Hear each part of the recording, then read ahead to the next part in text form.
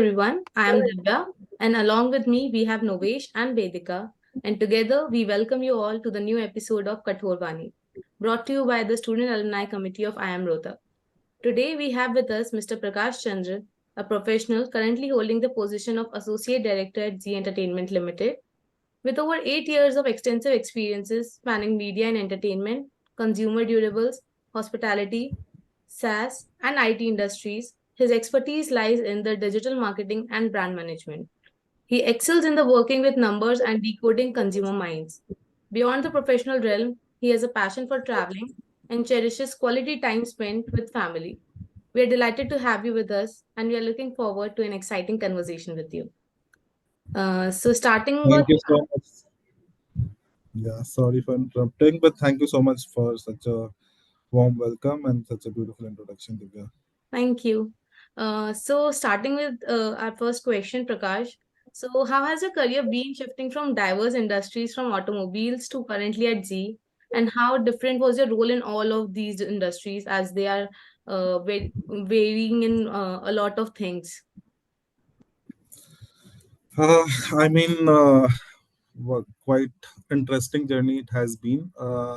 If I talk, how that shift has taken place, starting from automobile industry. Uh, so one thing remains same, which remained same across all these was, understanding since it was a marketing role altogether across all these industries. So how you understand your consumer the best. So that is one hack that helps everywhere, and that is one core part of the job. But in terms of marketing operations and everything else, a lot of difference across the industries. So for example, in automobile, we had two sort of customers, layered customers we had, because the sales channel for us on automobile side is more of dealers and distributors are there, and then they interact with the end consumers. So the marketing approach that we deliver, for this dealer and distributorship and then to consumers is a bit different compared to say a media or an e-com or anything else where we directly approach or point of sale is directly with end users of the product. Right, so things has been very diverse.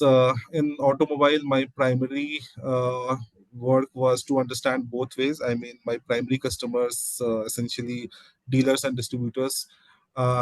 Important thing was key to keep their morale and confidence high in our brand, in our product, right? And how eventually we would be doing that is creating a good brand recall in consumers' mind, a good brand pull, because as all their sales are driven by how much demand is there in the market for that particular product or that particular brand, how well we are ahead with our competitors. So all these things matter. So I used to work on both ways, creating some brand pull and creating some demand in consumers mind through different activities.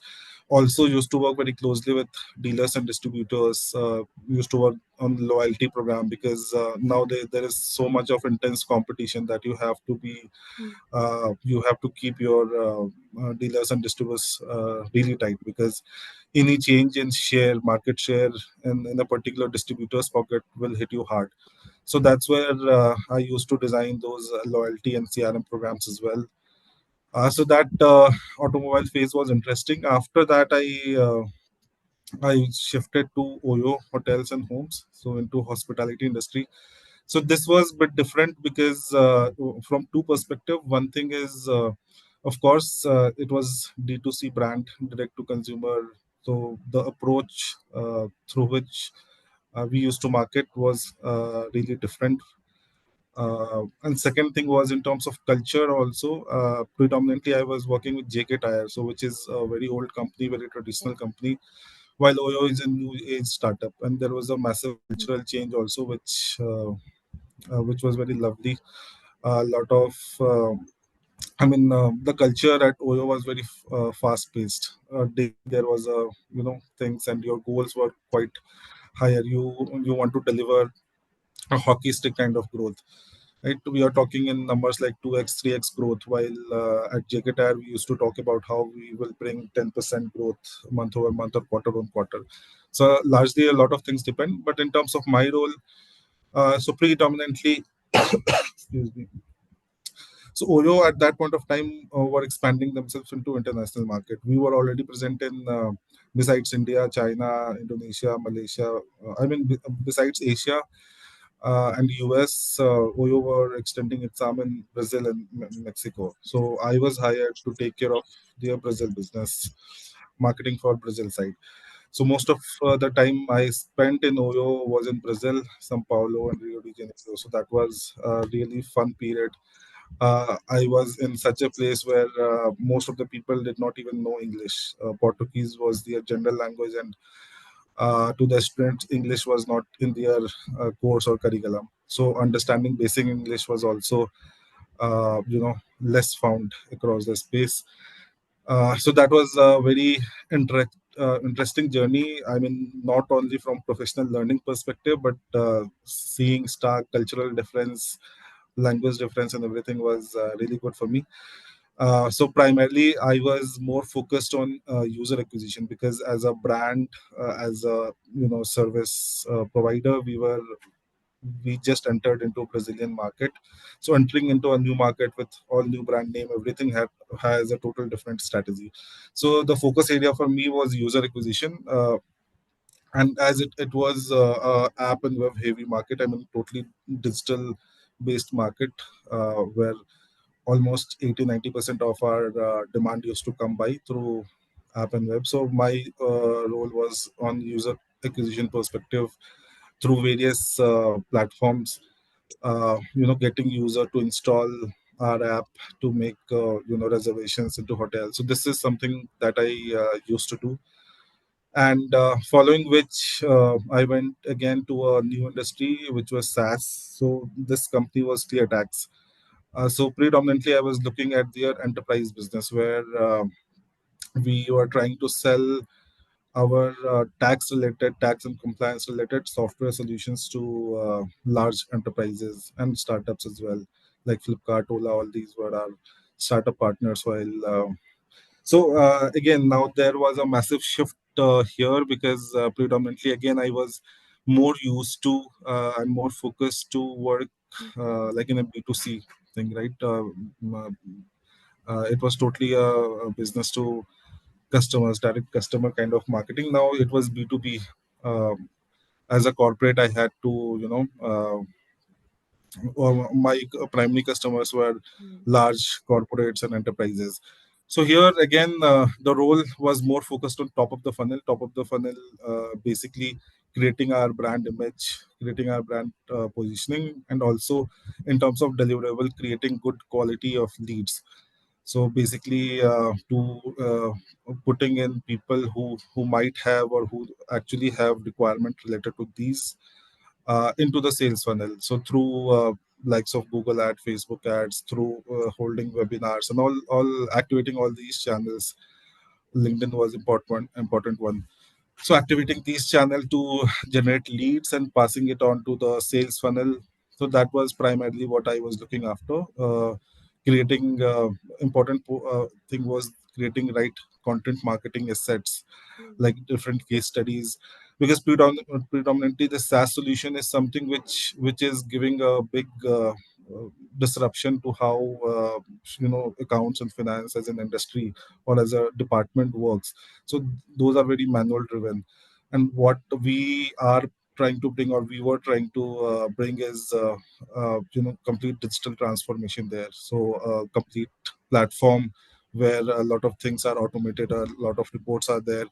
For example, on a daily basis for a company like Maruti Suzuki, where they have like more than 150 vendor and partners who delivers different components. So taking care of so many GST bills and then the reconciliation of the same. So it was important to understand the product right and pitch it right, that how we are able to solve your problem. So this is where important piece was communication. What are you trying to communicate, how you are and whom you are trying to communicate. Because in B2B side, every corporate is very different, and their own problems are very different, and you need to understand their pain point and work backwards, understand their problem and how you are going to solve that. So that remains very important thing. That was one interesting part that I did in my last role before joining Z. So here at Z, I basically look after Z5, which is the OTT platform for Z. So I look after overall brand plus performance side of it. So basically, alongside user acquisition, getting users to subscribe Z5. So that is one key KPI here for me. Other thing is, of course, how engagement, how we are driving engagement, how much is the daily active users, how to improve the conversion rates, how to improve engagement rates, how to improve overall revenue for the company. Because this is completely OTT is a completely digital platform. Right. So a lot of this depends on digital marketing. I mean, majority of the things is handled by digital marketing itself. So that is an excuse me. So that is one important and interesting thing because I am also a good fan of a new movie or a new series. So that is something whenever a new movie is coming up, uh, to promote those movies right from creating buzz for that particular movie or series to trailer launch, then banging it up on YouTube and all sort of social media, and then do performance marketing to get people to subscribe to Z5 to pay for us. So this with every movie and every series, it's a different journey altogether that we have. So it's a small projects with every series or new movie coming in onto our platform. So, So this was I a, mean, sorry. no. So I mean, this is how my professional journey has been, quite different with different industries. So I think this would provide a holistic approach to all the people who are developing their interest in marketing domain, knowing all the sides of marketing domain, marketing industry. I think that will provide them a great opportunity to decide on that are they really interested in going forward. That sounds very scary. Are they really? Because many of us are actually deciding it and have not prior commitments that we are going into marketing domain and currently looking upon opportunities for all the different domains. Of course, we should evaluate everything. Right. Fair enough. Uh, so Prakash, I have a question for you.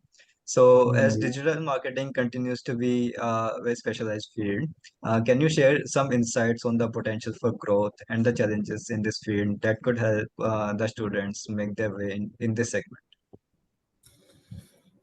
Yeah, no, of course, digital marketing is a field. First of all, in terms of growth, it is indeed very highly growing. Thing in marketing. So from a revenue perspective, also, if we compare last 5 years, so last 5 years, ad revenue from digital marketing or from digital platform has increased 4x, four times it has been, if you compare from 2018 to 2023 numbers, projected 2023 numbers. So this number tells us that how much growth potential is there. Of course, in our daily life also, we are seeing that how much people are accommodating or consuming their time onto different platforms, be it social media, be it OTT platforms, be it anything else, watching cricket, anything. So that shift is happening.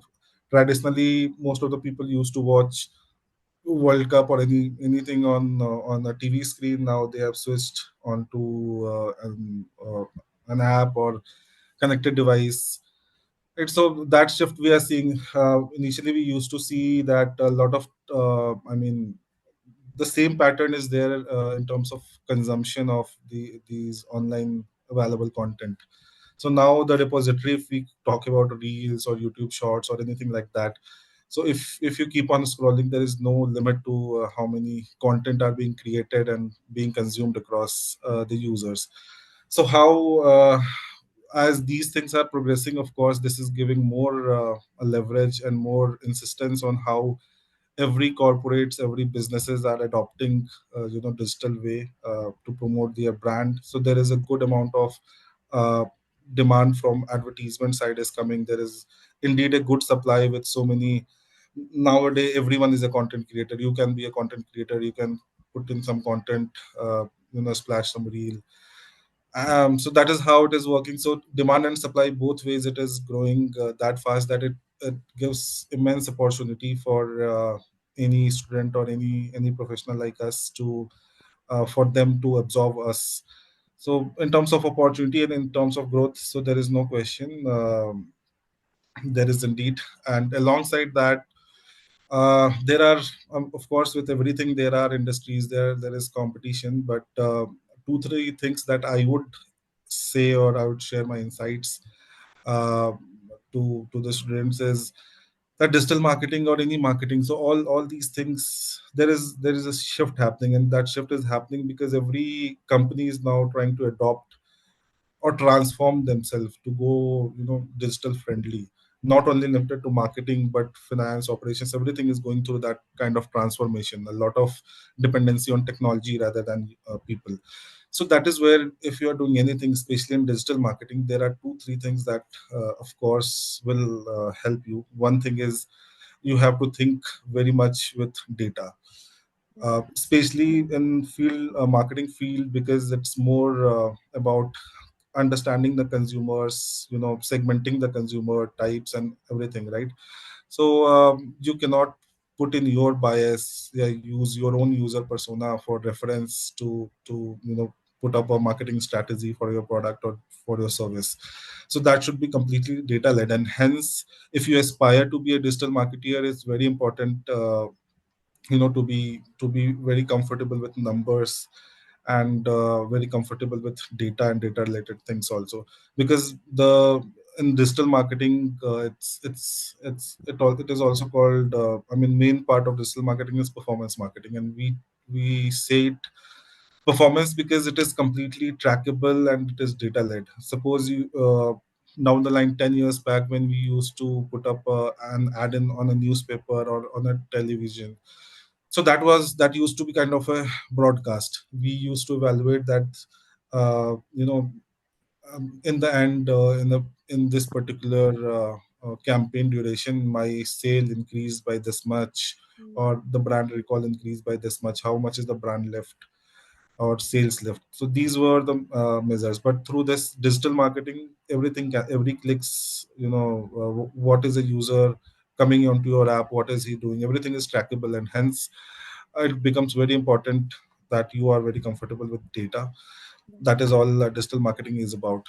Second thing also on the other front is creativity. So as there is an immense amount of content which is being created on a daily basis, millions of reels are there. So just imagine, when you scroll through your Instagram reels, so there are so many numbers, and it really requires some amount of creativity if you want to get your campaign or get your creative or your poster or anything to get users attention on that, because now there is so much of supply that people will not even give attention. You will ruin your money. A company who is investing a lot, in terms of putting their ads up, but your particular communication or that creative is not that great, is not something which is taking up a user attention or something.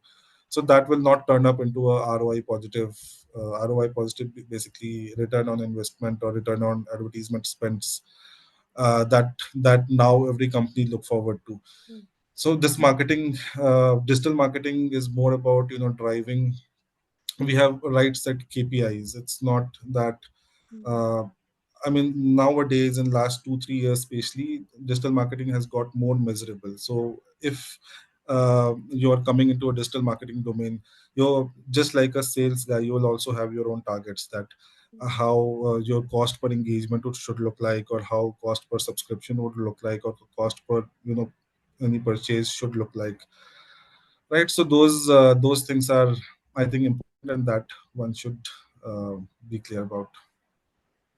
Yeah, that was actually very useful. Like especially the part where you said we have to be like comfortable with numbers because people generally associate like digital marketing with like when they tend to shy away from numbers, they go for that because it involves like a lot of creativity and these things. So yeah, this was a very insightful take. So my next question for you is, so it's an informal question. So how different was your hostel life during your engineering days as compared to your MBA days? uh, well, I think both days were golden days for me. uh, it's the only difference I see in both engineering and MBA is that engineering was of 4 golden years. I had 4 golden years, and in MBA I just had two. Otherwise, both life has been so fun. Of course, in engineering, we were more naive and we used to do more stupid things. MBA were bit more matured version of it, but I don't think so. There was any uh, difference in the amount of fun or friends that we were having. And I think other difference on I think it's all about. I mean, the basic perspective is Novesh. My one of the priority why I went after an MBA was, I mean, one major thing was to again relive hostel life. My engineering days were so well and so fun that one major objective why I joined any MBA college, besides of course increasing my salary and all those things, but one important priority was I was very clear from very start that I have to live these 2 years, because after this MBA I won't be having anything. So my priorities were very clear, and I really appreciate and love the fact that I got that opportunity at IIM Rohtak. Although post my departure, I mean, for the post batches, I did hear that maybe things were not that happening here. But for us, a lot of freedom was there. We can go out at midnight, 2 p.m., 2 a.m. to have Maggie and chai. So all those things were there, full of freedom. So we really enjoyed a lot. So, well, that's a luxury when we have a curfew of 10:30 p.m. for us. Yeah, I heard, But and I am so moving saddened about forward, it. that's okay. We've gotten used to it.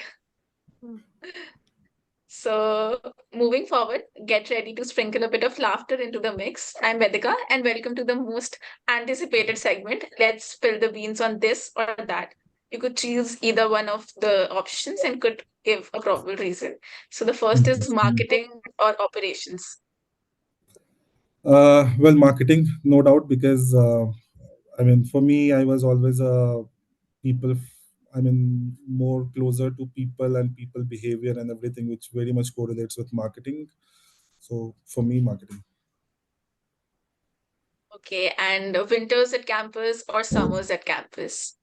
Oh my God, no doubt about winters. Rohtak, especially at Rohtak, winters is so charming. The whole clouds come down just to ground, and I love that part. Yes, we are experiencing it just right now, so I can understand. It's really beautiful. And morning classes or night classes, Well, I think morning time is for sleep, so night time. and academics or extracurriculars. Any day extracurricular, I mean, any day extracurricular, because it's a lot fun, it's a lot more engaging, or it's more where you can talk rather than academics where it's more of a one way, unless it depends on pedagogy. But pedagogy, I'm sorry, but uh, extracurricular is way more interactive, way more fun. So Okay, so the next is the first thing that comes to your mind when you hear the following words. First is mess food. Maggie.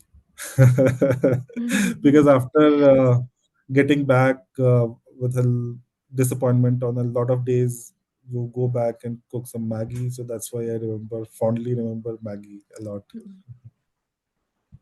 I am nightlife. Nightlife, first thing that comes to my mind is the same. We used to go to PGIMS at 1 a.m., 2 a.m., or 3 a.m. perhaps to have that hot chai and egg paratha and or Maggie or anything like that. And that was so fun, especially in winters. So that is one thing. The other thing is a lot of parties, everyday party. So that was good. That's all. And guest lectures? Guest lectures. I think I would have preferred more. I mean, the normal lecture because you get to have some bond with your campus teachers more than guest lectures. But yeah, guest lectures were interesting. Depends a lot on the faculty. Something where it was fun. Some were very boring. So mixed. I do not have a particular word for that. 100% attendance. Oh no, that is not possible. That's a possible. I think that is where. That is something that depends a lot on your friends' proxy skills. So I had got a couple of good friends जिनका proxy skills अच्छा था. So that was the only thing I can remember on attendance. Though mine was never above more than 60% in any subject, but that was also courtesy those friends. Last but not the least, group assignments. Group assignments, I can just recall my team name, which was Team Panchatatwa. So we five people who were really good friends. So for any project, I mean for any group project or any case study competition or anything like that, we five used to come together irrespective of any subject or anything. And it was really fun for us because everyone has their own expertise. And so we had many nights going on for group assignments followed by the night party or case competition preparation followed by night party or anything like that. Thank you so much for your witty answers, Prakash. Uh, Thanks for having me, guys. Thank you so much. Uh, Thank you, Prakash, for dedicating your time and sharing valuable insights and advice. We appreciate your input and we intend to incorporate this guidance into our lives as well. It was a pleasure engaging with you, and we thoroughly enjoyed the time spent together and hope the same from your end. Yeah, absolutely, it was really great, and good luck to you guys, and thank you again so much for having me here. Thank you. Thank you. Bye bye. Thank you. Thank you, Prakash.